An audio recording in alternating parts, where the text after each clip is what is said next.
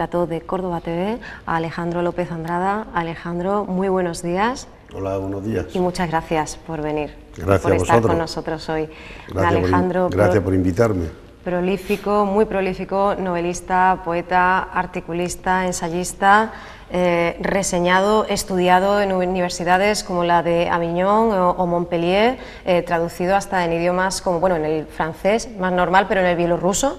Esto ya pues es más significativo, miembro de la Real Academia de Nobles Letras y Bellas Artes de Córdoba, hijo predilecto de su tierra natal y residencia, Villanueva del Duque, donde encontramos, por cierto, esa plaza con tu nombre, que además se ubica en la casa en la que naciste, aunque no es el único lugar, porque en El Viso también tenemos esa calle, ¿verdad?, poeta, calle. Alejandro López Andrada, y bueno, distinguido con múltiples reconocimientos y galardones, desde el finalista de la Donais en el 88 hasta el premio de poesía Ciudad de Córdoba Ricardo Molina en 2010, pasando por internacionales como el Fray Luis de León, también ese Accessit en el Jaime Gil de Viedma, nacionales como el San Juan de la Cruz del 93, el José Hierro en el 96 o hispanoamericanos como el Rafael Alberti del 99. Mención de honor en el Premio Andalucía de la Crítica en el 97, un premio que obtendría en el año 2000 en la misma modalidad de poesía. Y este solo ha sido un resumen muy pensado, intentando pues evocar algunos de los más significativos. Podríamos añadir otros como el de Ciudad de Salamanca o Ciudad de Badajoz. Aunque me imagino, Alejandro, que el poeta, el novelista, el escritor, al fin y al cabo, cuando se encuentra con la página en blanco o con la pantalla del ordenador, vuelve a sentirse pues pequeño, ¿no?, de alguna manera, como recién nacido y empezando de cero siempre, ¿no? Bueno, la verdad que yo soy un escritor que siempre digo que creo en la inspiración. Es decir, no escribo cuando yo quiero, sino cuando algo, una fuerza interior me mueve a escribir.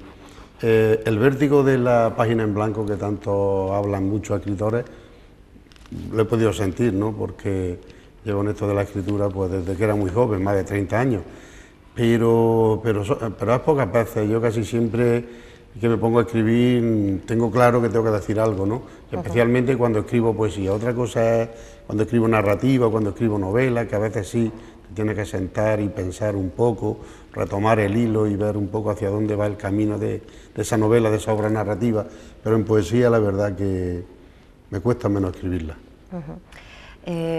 Uno de esos textos que nos brindas a través de tu espacio web y de tu blog, el primer libro, nos hablas precisamente pues, de cómo tu prematura dedicación a la lectura y a la escritura han marcado tu carácter, no solo esos grandes referentes, esas figuras literarias, sino pues también, ¿no?, ese propio amor a la palabra.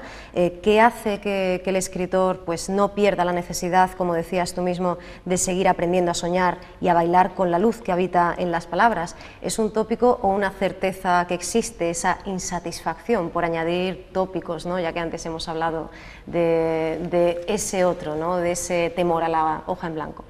Bueno, yo creo que, como tú bien dices, empecé a leer poesía muy niño, a los 7 años creo, y tuve la suerte que el maestro que tenía, el maestro del colegio, de la Escuela del Estado, como antes decíamos, en aquellos años de la posguerra, la Escuela Nacional, pues me enseñó a leer en un libro de poesía hispanoamericana para niños. Tuve la suerte de leer, entre otros, a César Vallejo, Juan Ramón Jiménez, Machado, Lorca, bueno, todos los clásicos, ¿no? Y eduqué, desde ese momento eduqué el oído y eduqué mi sensibilidad en el tema, en el campo de la poesía. Empecé a escribir muy joven también, en la adolescencia, mis primeros poemas, y la verdad que todo eso me marcó. Creo que las palabras, como yo decía un poco, hay que llenarlas de luz, porque las palabras a veces las usamos de una manera tópica, utilizando el tópico, bueno, pues una palabra tan profunda y tan importante como el amor. A veces la hacemos como a través de canciones, la estereotipamos y hablamos de un amor, digamos, no ya por la esencia del amor, sino con qué adjetivo acompañamos al amor, ¿no? O con qué adjetivo acompañamos a la ternura o no sé, cualquier sensación, cualquier sentimiento. Quizás nosotros hagamos en el lenguaje cotidiano tópicas las palabras y le quitamos esa profundidad que encierran en sí. Entonces la poesía un poco ayuda a través de colocar a la palabra en su sitio más misterioso o más emocionante, conseguimos darle a las palabras un nuevo valor más trascendente, ¿no? En ese sentido digo que las palabras también hay que llenarlas de luz y en el contexto que las utilices hacerlas más, no más útiles, porque las palabras siempre son útiles en el lenguaje cotidiano, pero en el lenguaje literario sí las podemos embellecer y hacerlas más trascendentes, ¿no? Hoy pues vienes a presentarnos, a hablarnos de Los Álamos de Cristo, huellas de un cura rural, pero por hacer un recorrido también muy resumido, tenemos que decir que ya pues hablamos de más de una docena de novelas, desde La dehesa iluminada del año 90 hasta Los ojos de Natalie Wood de 2012, antes de esta obra, una veintena de poemarios desde el 84, con esos sonetos para un valle hasta Las voces derrotadas de 2010, 3 compilaciones ya de artículos periodísticos publicados entre el 92 y el 2001, y hasta una obra, El libro de las aguas, adaptada al cine y atrayendo pues los pedroches tan presentes siempre en tu trayectoria pues al séptimo arte, a las órdenes de Antonio Jiménez Rico. ¿Cómo ha sido para ti como creador de universos, llenando de luz, como decías, las palabras, ver en el formato audiovisual una obra tuya? ¿Cómo es ese traslado de códigos, ese cambio de lenguaje? Bueno, es algo mágico, algo verdaderamente sobrenatural, lo llamaría así, algo que escapa de la realidad, porque cuando, en mi caso al menos, cuando uno está escribiendo una novela, nunca piensa, yo no he pensado nunca que me iban a adaptar una novela mía al cine, entonces tú te vas imaginando los personajes, están dentro de ti, tú le pones rostro, le pones voz, y cuando esos personajes de nuevo los ves en la pantalla, a un director como Jiménez Rico, al que yo seguía bien porque había adaptado novelas de Miguel Delibes, como La rata, El diputado voto al señor Cayo, mi idolatrado hijo Sisí, todas estas novelas suyas. Pues la verdad que para mí fue algo muy emocionante, primero porque el director quiso rodar la película, adaptación del libro al agua, donde habían sucedido entre comillas, donde yo había imaginado que sucedían a través de mi novela todos los hechos, ¿no? Toda la actividad de la narración en sí, del relato. Y entonces todos los lugares estaban encuadrados en lugares de los Pedroches, en la sierra de mi pueblo, Villanueva del Duque, en casa de Villanueva del Duque, donde yo había imaginado que transcurría la acción. Y luego lo más bonito de todo es ver que tú tienes una idea, como antes te decía, del protagonista, y ves que el actor que lo encarna, pues a veces coincide. Recuerdo ahora que el protagonista principal de la novela y de la película, que es Ángel, que es este chaval joven que vuelve de la guerra, ¿no? Y ve a un pueblo desolado y dividido en dos, pues era un actor que ahora está muy de moda, que es Alex González. Entonces ve a Alex González, ahora cuando lo veo que está en todos los sitios, bueno, pues ves que fue el protagonista de mi película, del libro de la agua, y Pepe Sancho, ¿no? Que ya no está, que hacía del señorito, del hombre rico y tal, de terrateniente, Álvaro de Luna, el Algarrobo, como también lo conocemos, que también hizo un papel magnífico, como el tío Faustino, Ramón Langa, que era fantástico, como hacía de cura, que así imaginaba yo el cura con la sotana, con el físico de Ramón Langa, Lolita Flores, su hija Elena Furiase, Jorge Sanz, bueno, era Ana Diosdado, es que era como un sueño, ¿no? Ver actores de primera línea interpretando, pues bueno, papeles que tú habías imaginado y habías creado en tu novela, una sensación fenomenal. Escribía sobre ti Antonio Colinas, rescatar un mundo verdadero y perdido, iluminador, en el que los hombres aún podamos encontrar las palabras, los símbolos que nos salven. Según las palabras de Antonio, esta es la misión que se puede exigir a la literatura, y él considera que es precisamente pues, tu obra, desde cada título y en cada propuesta, la que la cumple. ¿Cómo ves tú? ¿Desde qué perspectiva ves tú? Te trasladamos la pregunta. ¿Cuál crees que debe ser la misión de la literatura en este momento? Yo creo que ahora más que nunca la misión de la literatura debe ser, además de embellecer la realidad, transformar esa realidad, cambiarla. Yo esa perspectiva de cambio, de transformación social, no la había ni por supuesto, en mi poesía nunca, ¿no? ni en mi narrativa. Pero en los últimos años, que estamos viviendo esta época tan tan materialista, donde un capitalismo neoliberal está hundiendo a los seres más humildes, a las personas más desvalidas, a los trabajadores, a los obreros, está hundiendo a la miseria, nos está hundiendo. Se está creando en esta sociedad una diferencia tan altísima y tan grande entre los ricos y los pobres, todo eso, y yo ahora creo que la palabra debe tener, como decía Gabriel Celaya y Blas de Otero, la poesía social de la posguerra, por más que nunca tiene que tener ese poder de llegar a la conciencia de las personas e intentar transformar la realidad. Y yo escribo ahora más que nada por eso, sobre todo mi poesía, ahora la veo más como un arma cargada de futuro, pero más que de un futuro, cargada de actualidad. Combatir ese capitalismo atroz en el que estamos sumidos y hacer un mundo más social, más justo, más igualitario, más cristiano, ¿no? Por eso también en los Álamos de Cristo yo ya hablo de eso, del niño que quiere cambiar el mundo a través de la palabra, un niño que con 7 años quiere ser sacerdote, quiere ser cura para transformar la realidad, para hacer el cielo aquí en la tierra.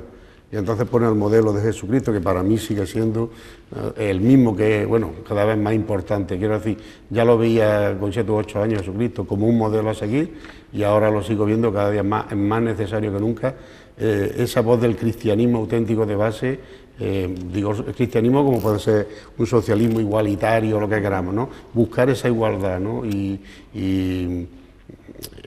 estar cerca del que más sufre y del que peor lo está pasando. Y eso es lo que ahora me está moviendo más a escribir, más que nunca. Llenar mis palabras no solamente de una belleza estética, sino una belleza ética, de un fondo humano y de un fondo moral, ¿no? Y intentar cambiar todo este ambiente de corrupción, todo lo que tenemos en torno nuestro, y decirle a la gente que es posible hacer una sociedad más justa, más habitable, libre de corruptos, y hay que decirlo así, y hay que hacerlo, ¿no? Y en eso creo, y para eso escribo ahora. En Lima, desde finales de este marzo recién consumido, pues ha estado teniendo lugar esa primera Bienal de novela, Mario Vargas Llosa. En la primera mesa redonda se abordaba el reto de la lectura en el mundo actual, precisamente, y una de las conclusiones es que se lee más, sí, pero de otra manera y otro tipo de textos, que se ha perdido la capacidad de concentración para leer textos largos y más profundos. No sé si estás de acuerdo, y a partir de aquí, pues ya que hemos hablado antes de la misión de la literatura, que se puede pedir o incluso exigir, si es que se puede exigir algo, al lector de hoy, ¿no? En el mundo en el que vivimos, y si el reto es pues el entusiasmo por la lectura, como dijo en un momento dado Carlos Granés, de la cátedra precisamente Mario Vargas Llosa. Pues estoy totalmente de acuerdo, vamos, me parece que son estos simposios y estos encuentros, ¿no? Estos seminarios sobre la necesidad de la lectura en la sociedad actual, creo que son interesantísimos. Coincido en que hoy, bueno, tengo que ser muy crítico, la literatura, en esto coincido con mi buen amigo Julio Llamazares, en que el 90 y tantos % de lo que se publica en España es pura literatura basura, me refiero a libros como la de Belén Esteban, como este tipo de literatura basura, así de claro, o la de las 40 sombras de Grey, creo que, o 50 sombras, no 50. Sé, 50, me da igual ponerlo 50. El número. Literatura malísima. El otro día entrevistaban una gran editora española, Beatriz de Moura, de la editorial Tusquets, y decía que lo de 50 sombras de Grey es peor que lo de Corín Tellado, que es una literatura malísima. El Código da Vinci era una M de libro, no valía para...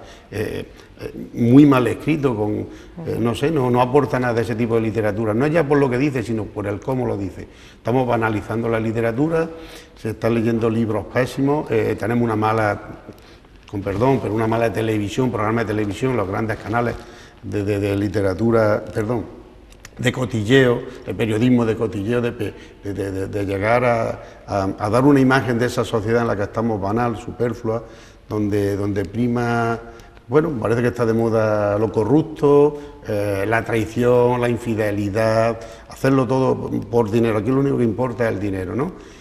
Y yo estoy en contra de ese tipo de periodismo, ese tipo de literatura, y por supuesto coincido en que hoy se lee mucho peor, y aquí ya toco el tema de la educación, porque tenemos una educación en el aspecto, porque creo que los gobiernos, ahora el que está, no sé si el anterior también, ahora mismo el que tenemos, está apoyando muy poco la lectura, la cultura. Ya ves lo que se está haciendo con el teatro, ¿no? Se está hundiendo el teatro, se está hundiendo el cine. Parece que en esta sociedad neoliberal y capitalista, pues no interesa la cultura. Y claro, si no interesa la cultura, ¿cómo va a interesar la educación estética de los niños? ¿Cómo van a enseñar a los niños a leer? Paradójicamente yo me crié en una dictadura, en el franquismo, y parece una paradoja, pero en aquellos años hacíamos dictados, hacíamos redacciones en el colegio diariamente. Y un niño como yo, pues leía García Lorca, leía poemas de Alberti, pues con 7 u 8 años. Y entonces, no sé, si yo tuve la suerte de tener un gran maestro, un buen maestro, o en otros colegios ocurría igual. Yo tengo que contar lo que yo viví entonces. Y creo que vamos de mal en peor.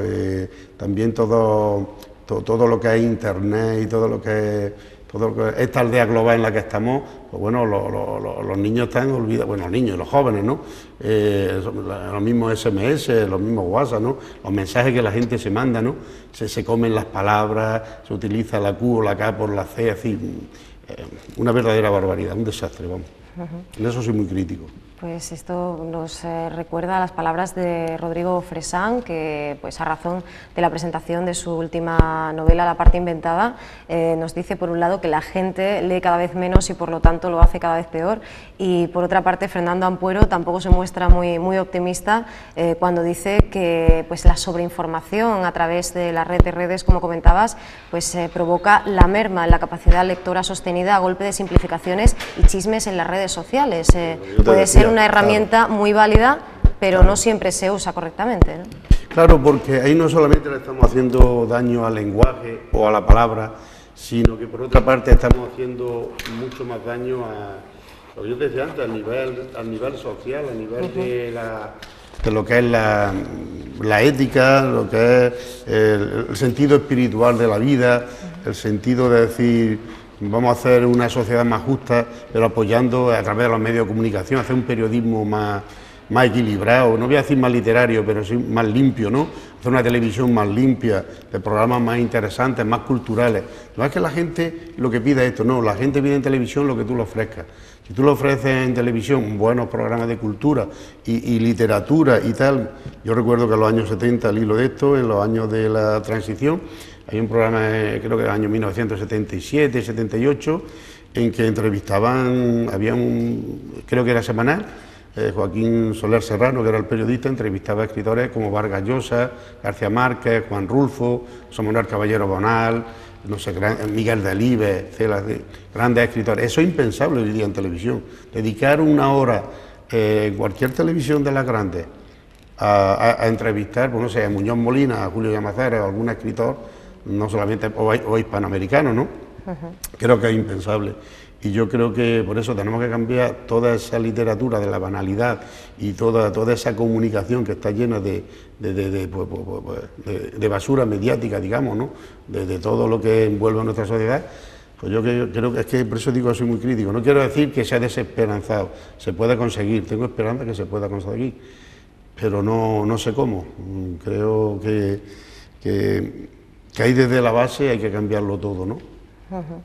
Y de ahí la importancia, ¿no?, de labores como la tuya, pues trasladando ese mensaje a estudiantes y amantes de la literatura en actividades como aquellos encuentros literarios en institutos de enseñanza secundaria, dentro de aquel plan precisamente de fomento de la lectura, en los cuales les hablabas, ¿no?, a estos educandos, de la posibilidad de crear entre todos una sociedad más libre, más sensitiva, más crítica. Y bueno, esto nos recuerda aquello que decía Luis García Montero sobre el futuro vacío. Presenta en estos días su última obra, Alguien dice tu nombre, y hablaba precisamente de un futuro vacío en el que ahora nos encontramos. Te pregunto cómo afecta este tiempo gris, con momentos luminosos, eso sí, dice el escritor granadino, a la literatura, al propio proceso compositivo del escritor. Cómo incide esta situación, por un lado indignada, pero por otro lado, pues quizá de excesivo silencio, ¿no?, por parte de mucha gente.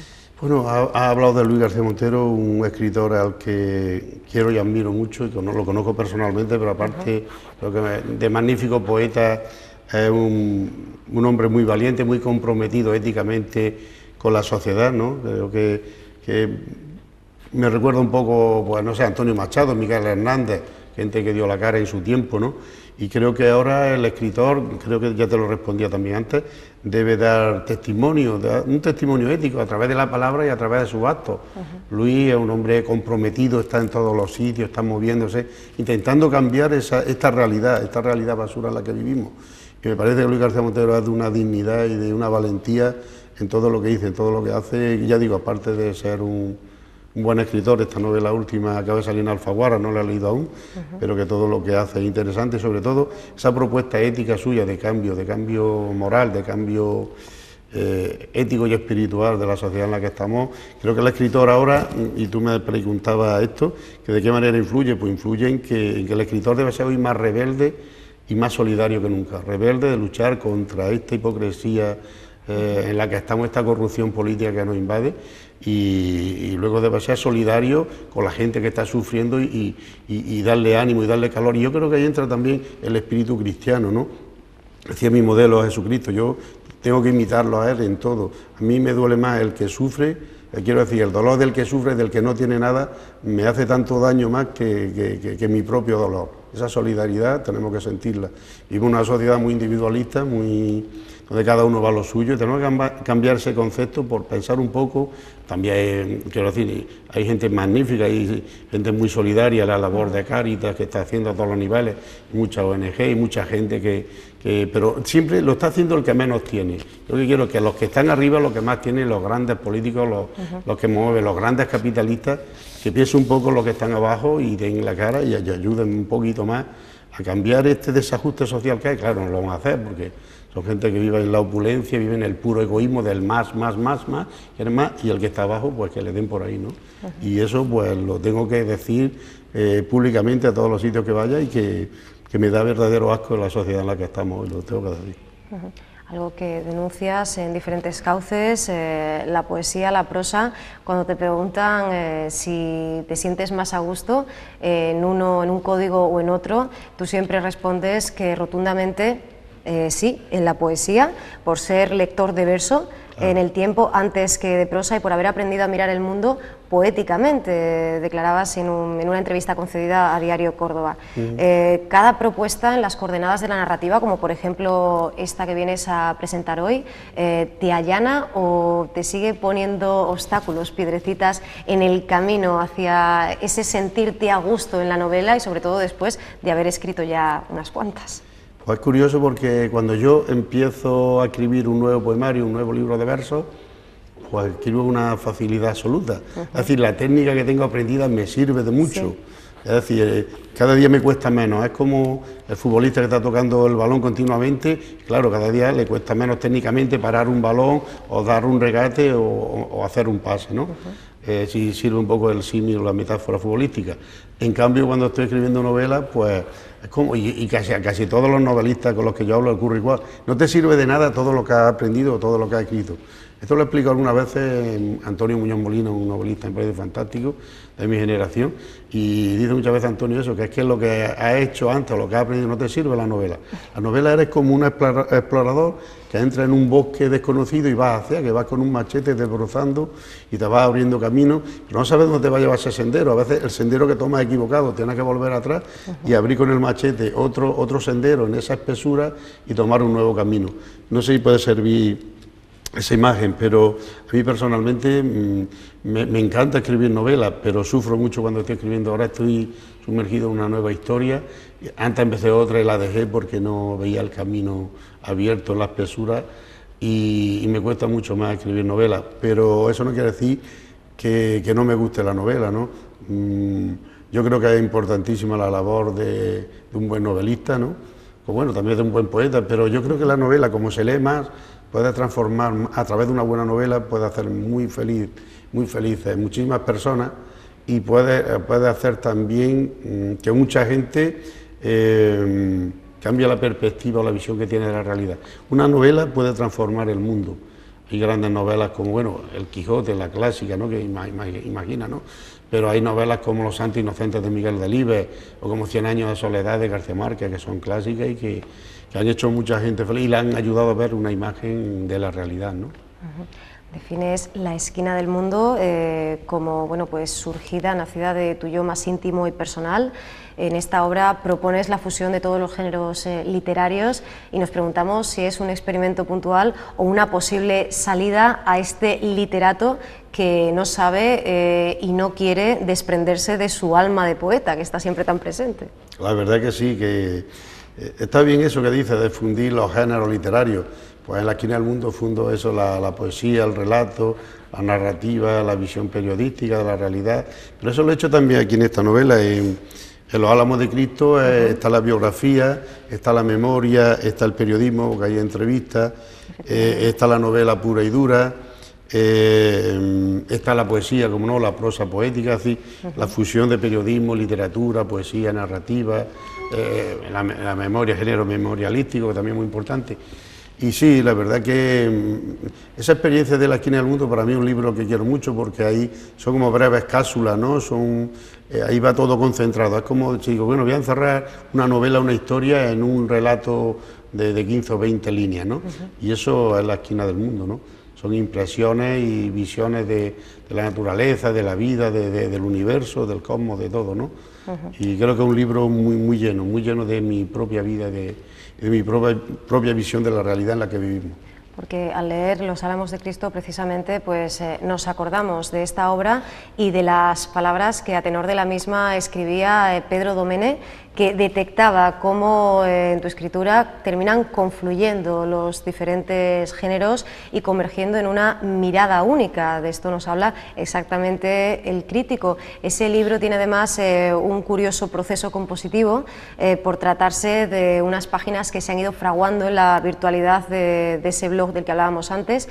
Te pregunto, Alejandro, ¿qué aporta este modus operandi de ir exponiendo y exponiéndose a medida que se va creando, y si esta especie de acceso, ¿no?, de abrir las puertas a esa tradicional intimidad del escritor te ha marcado el rumbo en futuros títulos, como por ejemplo el que tenemos ahora mismo? Ya de paso aprovechamos para conocer un poquito más el cómo se hizo de Los álamos de Cristo. Bien, Los álamos de Cristo, el proceso de escritura fue anterior, quizá paralelo, pero creo que fue un poquito anterior a cuando yo comencé mi blog, a cuando inicié mi blog, ¿no? Pero creo que sí, esa visión de la esencialidad, de concentrarla, imprimirla, si se puede llamar, o publicarla a través de Internet, porque la aldea global, Internet es muy positivo, yo no critico Internet, es magnífico. Pero el buen uso, ¿no? El buen uso, correcto. Pues llega mucho, yo ahora mismo tengo lectores en Hispanoamérica, Colombia, México, Uruguay, Chile, Argentina, y a esos lectores llega fantásticamente a través de Internet, a través de Facebook, que me parece un arma poderosísima y que puedes tener miles de amigos en montones de sitios del mundo y que son posibles lectores tuyos. Bueno, te leen, pero aparte pueden leer tu narrativa, tu poesía, y yo creo que eso es muy importante. Claro que me influye a la hora de escribir. Yo ahora escribo de otra manera porque, por ejemplo, en Facebook estoy colgando textos míos totalmente inéditos, que mucha gente dice, bueno, ¿y por qué lo hace? Bueno, pues me parece que también la gente tiene derecho o tu amigo, si a ti te apetece, a darle tu alma gratuitamente, tu expresión literaria, ¿no?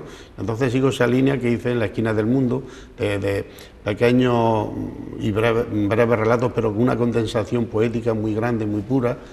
Y me interesa porque es una forma, fíjate qué curioso, ¿no? Y aquí enlazamos con lo anterior, de intentar cambiar el mundo, ¿ves? Me parece una tontería, pero bueno, los poetas somos muy idealista y quizá también iluso en el sentido de que puede cambiar la palabra.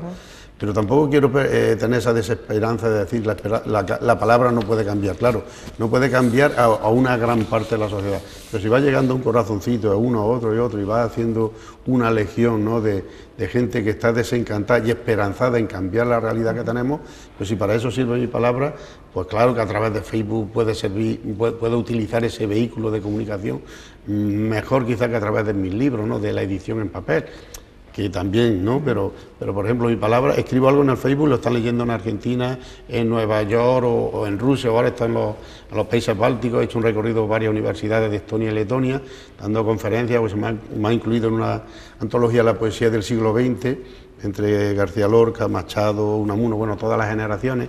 Yo era el más joven que va en esa antología de los 30 poetas del siglo XX, y es una edición que han hecho en Letonia, que me han traducido al letón, y el traductor, bueno, pues pidió junto a la embajada española y tal, en Letonia han hecho la capitalidad cultural de Riga y me han llevado a dar una serie de conferencias y a presentar en antologías. Decía todo esto porque ahora tengo muchísimos amigos y seguidores en Letonia y en Estonia, de la Universidad de Tallinn, de la Universidad de Riga, de Tartu, ¿no?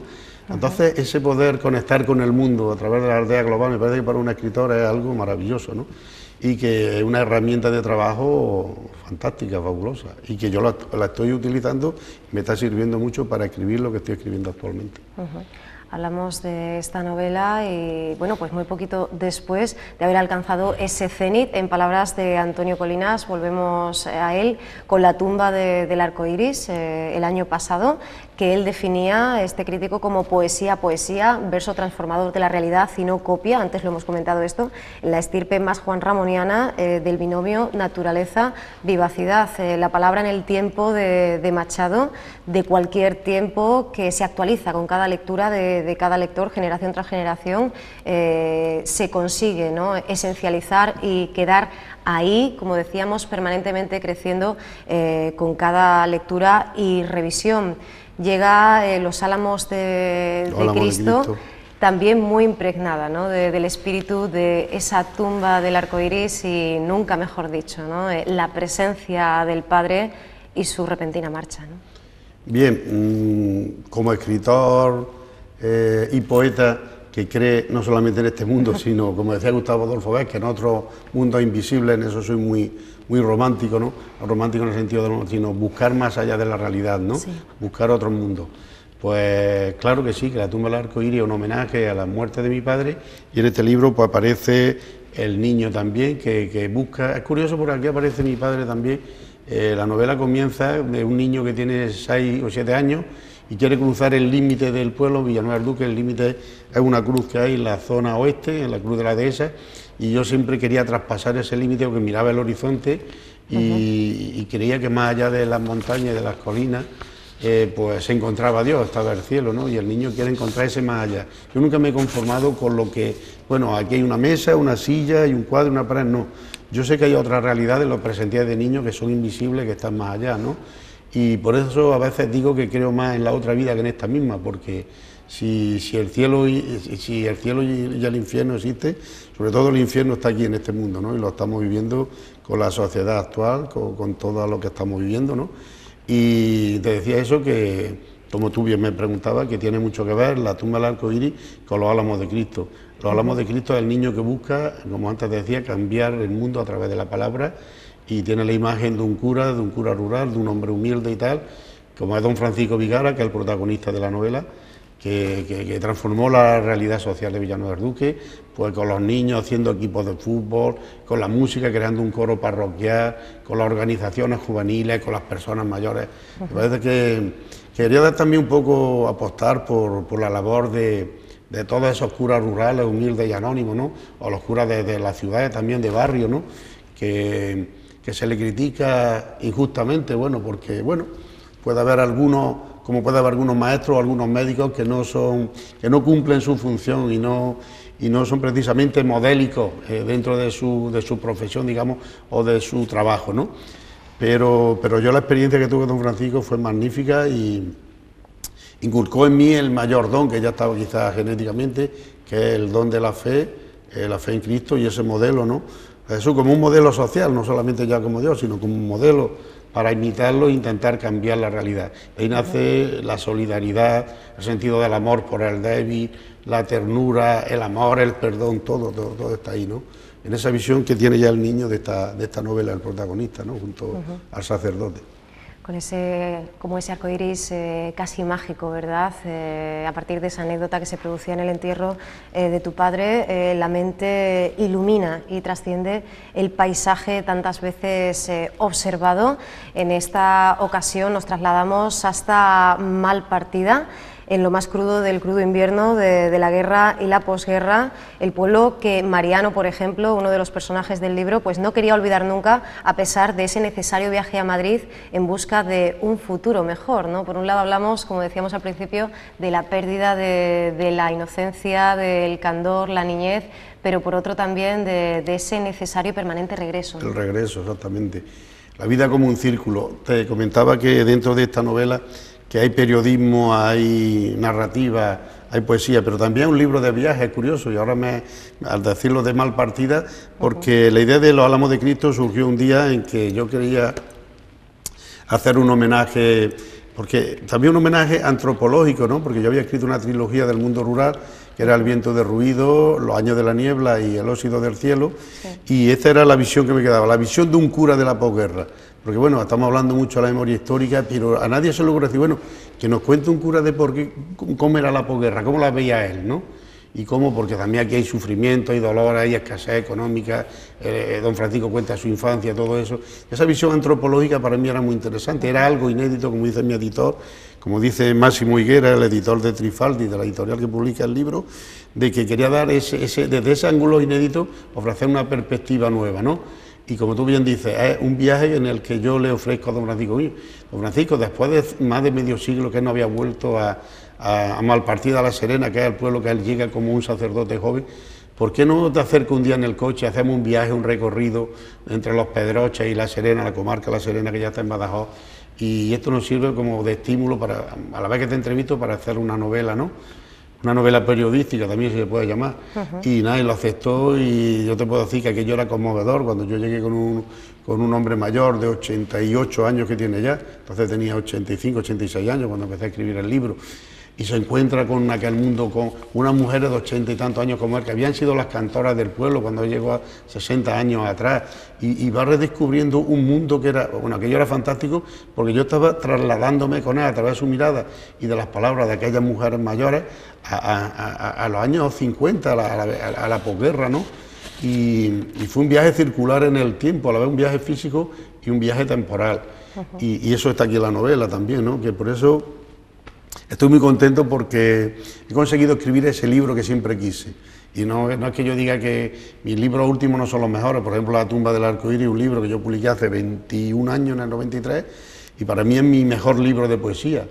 Y en este caso he escrito Los Álamos de Cristo, la novela que siempre quise escribir, porque hay amor, hay dolor, hay pasiones, hay perdón, hay naturaleza, hay virginidad e inocencia, está la solidaridad con el que sufre, está la alegría, está el mundo de aquellos años, de los monaguillos, ¿no? Las bodas, todo, las cantoras en el coro, ¿no? Cómo se hacía, todo lo que es la estructura social y todo el tejido social de un pueblo, el mío, Villanueva del Duque, en aquellos años, pero que lo mismo servía para cualquier pueblo de Córdoba o incluso para el mismo tejido social de la capital cordobesa. Y sobre todo hacer ese homenaje a todos los curas, que creo que se lo merecían, y que ahora presentando el libro en Madrid, en la Casa del Libro, hace unos días, comentaba José Pedro Manglano, el director de la colección Planeta Testimonio, que también hablaba un poco de que aquí está el cura ese de la novela de Diario de un cura rural de Georges Bernanos, ¿no? Que fue en Francia, un libro que yo curiosamente empecé a escribir este libro sin haber, y no lo he leído todavía, el libro de Bernanos, pues no quería que hubiese contaminación o que yo pudiera copiar algo de lo que es esa novela. No tiene nada que ver una novela con otra, pero sí está ese ansia de hacer un homenaje a los sacerdotes, ¿no? En esta novela, como en otras de tus obras, vemos, por supuesto, aspectos, diferentes dimensiones del propio autor, del propio Alejandro López Andrada, pero incluso, bueno, pues vuelven a aparecer, ¿no? Esos Alejandro, como aquel Paco Andrada, ¿verdad? Guiños al lector que nos llevan a conectarte, ¿no? Con ese inventario, ese catálogo de personajes que, como decías, reivindican esa intrahistoria, ¿no? La función esencial que han tenido en la historia de nuestro país y en la historia de la humanidad, pues en el completo y absoluto anonimato. Sí, está muy bien expresado lo que dice, hacer un homenaje a esos seres anónimos, a esas personas que no tuvieron voz en su tiempo, pero que yo les doy voz literaria, y me interesa mucho como personajes literarios las personas que, bueno, ya ocurría en mi novela que fue llevada al cine, en el libro de la agua, ¿no? Que los personajes son los seres más humildes del pueblo, los más desamparados. Y yo, por ejemplo, hablaba de Paco, ¿no? De mi tío Paco Andrada, pero me acuerdo que los pastores de mi tío Paco y de mi abuelo, que era Viviana Murillo y Paco, su marido, pues yo era una casa muy pequeña que había frente a la mía, y que era así como 5 o 6 veces más pequeña. Yo tenía una casa grande con un gran corralón, con un patio y todo, pero sin embargo en lo pequeño, en esa sencillez de ello, yo que estaba todo el día allí, me tenía que reñir mi padre, porque es que de alguna manera mi madre era ella, mi madre estética, porque salía con ella al campo y me enseñaba todos los secretos del campo, toda la belleza del campo, de la naturaleza, y aprendí a nombrar los pájaros, las aves, los árboles, las plantas. Así, pues, me enseñó lo que era un tomillo, lo que era una alondra, lo que era un petirrojo, donde anidaban las perdices, donde crecía el tomillo, lo que era una retama, así, cómo soplaba el viento, todos los secretos de cuando podía llover, el lenguaje de las nubes, todo eso que es mi materia literaria lo aprendí con una mujer sencilla, una pastora, ¿no? Entonces para mí pues fueron mis verdaderos maestros, ¿no? Todos esos seres anónimos, hortelanos, pastores, mineros, los mineros de mi pueblo, que era un pueblo de minas, cuando cerraron las minas de las Morras y morían mineros de silicosa con 30 o 40 años, gente muy joven.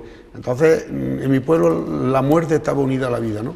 Y ese sentido trascendental de la realidad y filosófico me ha ayudado mucho a vivir, no solamente a escribir, sino a entender el mundo, a entender la vida, que como que la realidad nuestra, la existencia nuestra, es un paso hacia otra existencia, que es la que están todos los que no están, pero invisiblemente nos están acompañando, ¿no?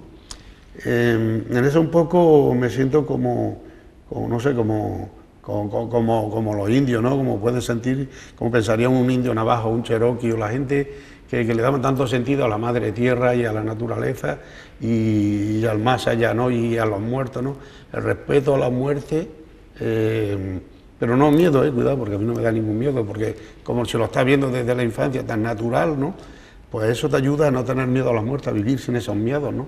Y a tener una esperanza en otra realidad. Y todo eso está también aquí en los Álamos de Cristo. Desde luego, por un lado, pues esa vivacidad y esa inquietud vital se la has trasladado a tus personajes, no solo al yo narrativo, sino al resto de ellos. Antes decías, bueno, también tiene mucho, ¿no?, de periodístico, de investigación, y desde luego es que tenemos que decir que los habitantes de este lugar todos coinciden en pues una auténtica necesidad, un afán de conocimiento permanente, ¿no? De alguna manera están constantemente buscando el instante del pasado, interrogando al otro para descubrir sobre sí mismos.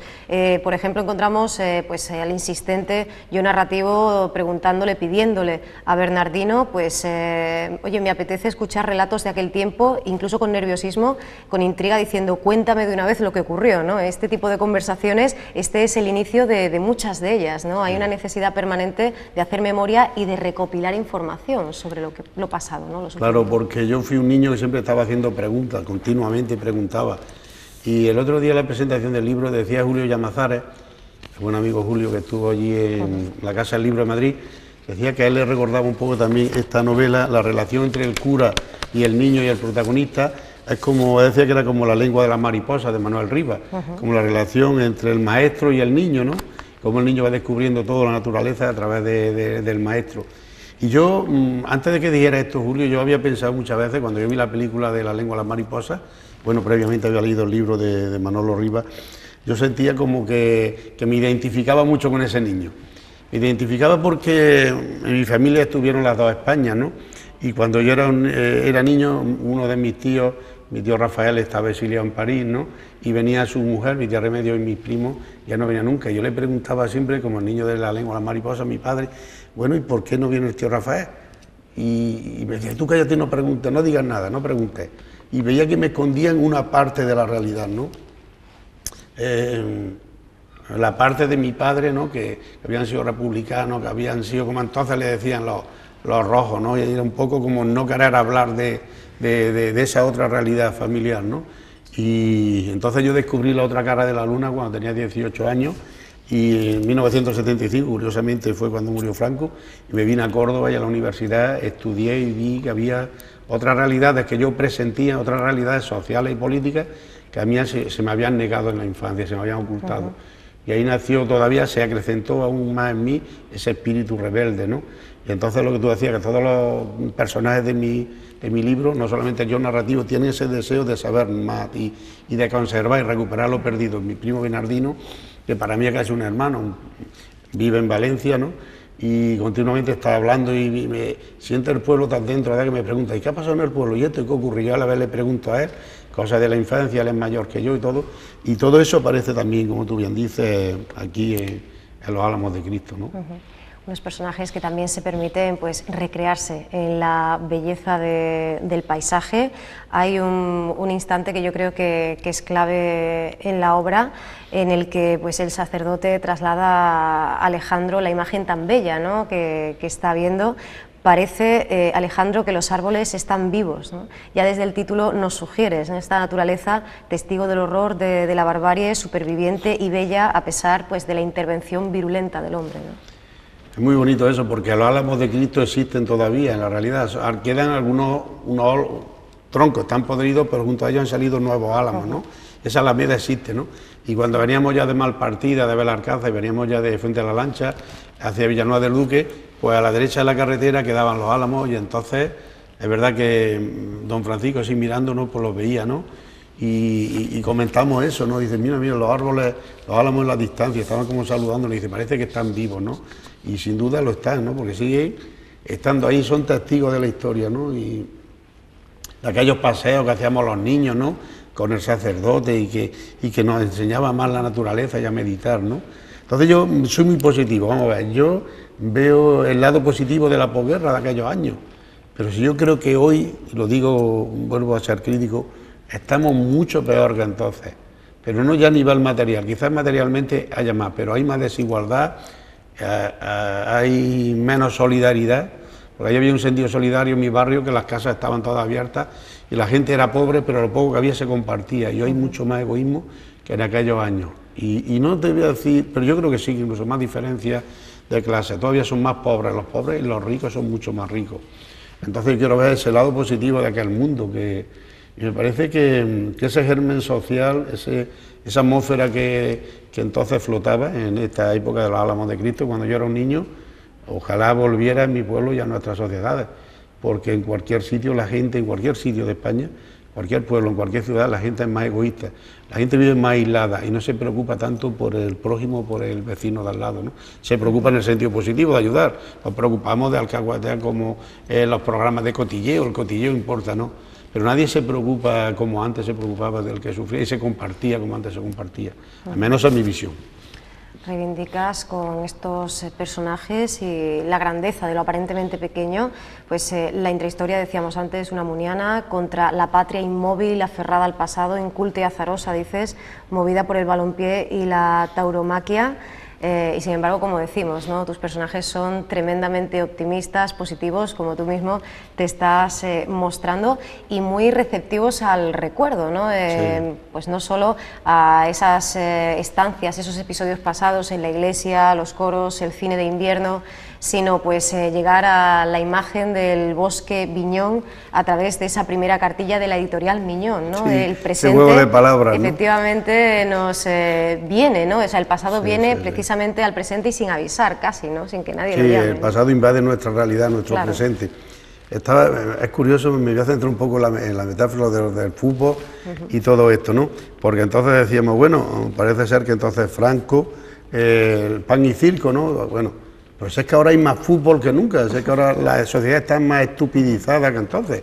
O sea, que es curioso, si es que ahora la televisión, perdón, y no hablo de las televisiones locales de calidad informativa como es la vuestra y televisiones, que hablan de la realidad social, no, me refiero a los grandes canales de televisión, insisto, los grandes canales están ofreciendo programas de entrevistas absurdas con gente que no aporta nada, estamos viviendo en una sociedad estúpida y absurda y anacrónica, fuera del tiempo, porque la gente, en vez, y yo me ha gustado mucho el fútbol, por ejemplo, he jugado al fútbol y tal, pero me parece una verdadera estupidez que un hombre que está en paro, que cobra 420 euros al mes para mantener una familia, se gaste esos 420 euros en ir a ver al Real Madrid, al Barcelona o al Bilbao o al Valencia, da igual, el equipo que sea, ¿no? Me parece que nos comen el coco a través de la televisión y fútbol, bombardeándote continuamente. Y lo que tenemos que preocuparnos es la realidad tan terrible que estamos viviendo y lo que está sufriendo la gente que no tiene nada, gente que están desahuciando, que están echando de su casa mientras la banca está engordando cada día más y el gobierno apoyando a la banca y a los que más tienen y jodiendo a los que menos tienen, y yo en eso tengo que ser crítico. Me da igual, yo no hablo de siglas, me da igual que esté Periquito como que Pablito, da igual el que esté. Si lo hace mal siempre lo diré. Por ese afán de intentar cambiar el mundo, que ya estaba en el germen del niño que fui a los Álamos de Cristo, que siempre fui un rebelde y que tengo que poner mi palabra pues a favor del que nada tiene y para darle esperanza y darle optimismo en que la sociedad puede y debe cambiar, ¿no? Y por eso con la lírica y la poética sonoridad que se mantiene también en el discurso de esta novela. Y por otro lado, pues esa información, ¿no?, que demandaban sus personajes y de la que hablábamos antes. Hay mucho susurro, ¿verdad?, en los Álamos de Cristo, y también silencios, ¿no? Seguimos guardándonos esos secretos o pues por lo menos reservando espacios para dolernos, ¿no?, de esas heridas tan hondas que tiene la vida. Claro, es que, mira, es una paradoja, porque yo creo en el perdón, y yo de hecho como cristiano soy perdono y olvido y tal bien.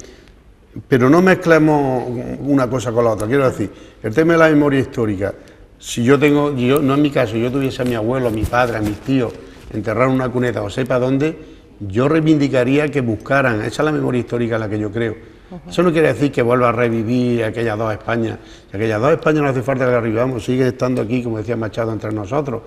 Y me hielan el corazón porque ese enconamiento, ese enfrentamiento que hay en la sociedad y que promueve, hay que decirlo, los políticos, mucho les interesa promover eso, cuando en realidad a la larga los de arriba casi todos hacen lo mismo a ellos. Porque bueno, y soy crítico, no importa decirlo, ¿qué diferencia hay hoy entre Felipe González y Aznar? Que los dos viven en la opulencia, ¿no? ¿Qué mensaje me va a dar uno o el otro? Quiero decir, los que están arriba. Entonces yo creo, quería enlazar con eso, ¿no?, de que por ejemplo, hay que transformar la sociedad, hay que decirlo, porque es que si nos callamos, si estamos viendo que hay gente que vive en la opulencia está ahí y que vive con una soberbia y mirando por encima del hombro, creo que esa es la misión, ¿no? Creo que esa es la misión de cambiar. Por eso los seres anónimos, los personajes de mis novelas, todos reivindican eso, como tú dices, el tener más conocimiento, el redescubrir y el tener memoria. Y por eso lo de la memoria, de buscar tus orígenes, buscar al ser querido que está enterrado y tú no sabes dónde, pues yo creo que eso es muy necesario, ¿no? Una cosa, como digo, el perdón, claro que sí, que hay que perdonar, hay que olvidar, pero tus seres queridos están ahí y muchos que lo tienen dicen, bueno, es muy fácil decirlo, pero tenemos que ser solidarios con la gente que no. Para mí eso sería terrible, no saber dónde está enterrado mi padre. Yo tengo un primo mío, mi primo Manolo, vive en Madrid, que su padre murió en la cárcel de Córdoba y no sabe prácticamente dónde está enterrado el hombre. Y yo qué sé, para mí eso es terrible, ¿no? Y en esa memoria histórica, claro que creo, pero por uno y por el otro lado, da igual. Si es que aquí en España, el otro día en la presentación en Madrid decía, en España se queda catálogo así. Si hablas de sacerdote, de cura, hablas de la iglesia, venga, de derecha. Si hablas que eres ateo, eres totalmente rojo. No, señor, aquí no cabe el punto intermedio. Una persona puede ser profundamente de izquierda, terriblemente de izquierda, y profundamente creyente, creer en Dios. Pero si es que una cosa no quita a la otra, ¿por qué catalogamos en rojos, negros, amarillos, colorados aquí? El escritor, el artista tiene que identificarse, ¿no, señor? Yo creo en la pluralidad y en el mestizaje. Y sobre todo en el respeto, ¿no? Que el otro día lo hablamos también, de que en Francia o en otros países un escritor, lo que importa a la gente es leer su obra literaria, pero aquí, como ya te cataloguen como cristiano, como católico, como ateo, agnóstico, así, los contrarios parece que ya no te van a leer, no, lo que importa es la calidad literaria y la humanidad de las palabras, eso, la humanidad, la ternura, la emoción de las palabras, vengan de donde vengan.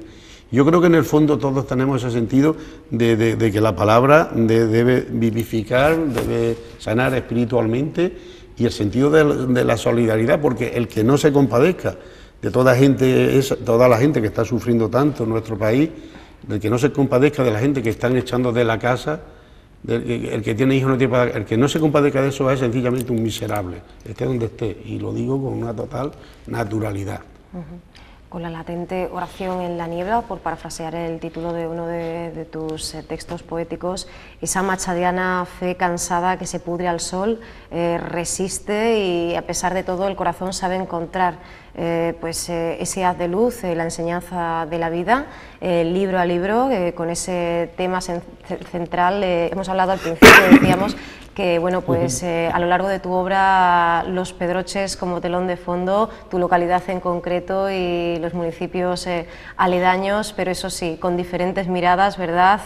Porque todo cambia, ¿no? Según la puesta de sol y según también pues el momento en el que volvamos a ese recuerdo. La memoria siempre reveladora y a la vez siempre esquiva, ¿no? Modifica, claro que la memoria literaria, lo que nosotros queremos recordar, cubre de un barniz de cierto engaño, ¿no? Porque la memoria, las cosas no sucedieron como las recordamos.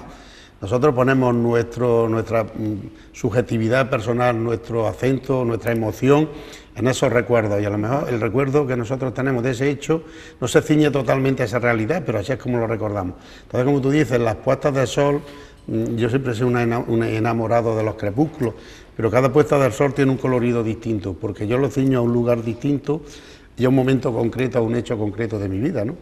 Y es muy bonito eso, pero es que la vida es así, en la memoria, y a veces, si eres positivo, yo siempre me recuerdo los buenos momentos de mi vida, claro que lo ha habido duros y trágicos, pero incluso uno de los momentos más duros de mi vida, que es la pérdida de mi padre, pues lo revisto con el color del arco iris cayendo sobre la tumba, ¿no? Esa esperanza, ¿no? De ir más allá de esa muerte. Desde el bosque de la infancia, el milagro de la torre, este regreso pues a la inocencia, ya nunca igual, ¿verdad? Porque siempre vuelve uno distinto, aunque sin haber perdido esa esencia, la magia de los sentidos, y lo disfrutado por primera vez nuevamente, como decíamos, entre la certeza, ¿no? Y la indefinición del recuerdo. Decía Domene, volvemos a él, que en cada libro rompes con cada uno de los límites formales de la escritura. ¿Cuál es el gran paso que como escritor das con Los Álamos de Cristo? Por Los Álamos de Cristo ya te lo comentaba antes, es la fusión total del libro de viajes, del libro de memoria, de la novela, del periodismo, porque también hay una entrevista, de la poesía desnuda.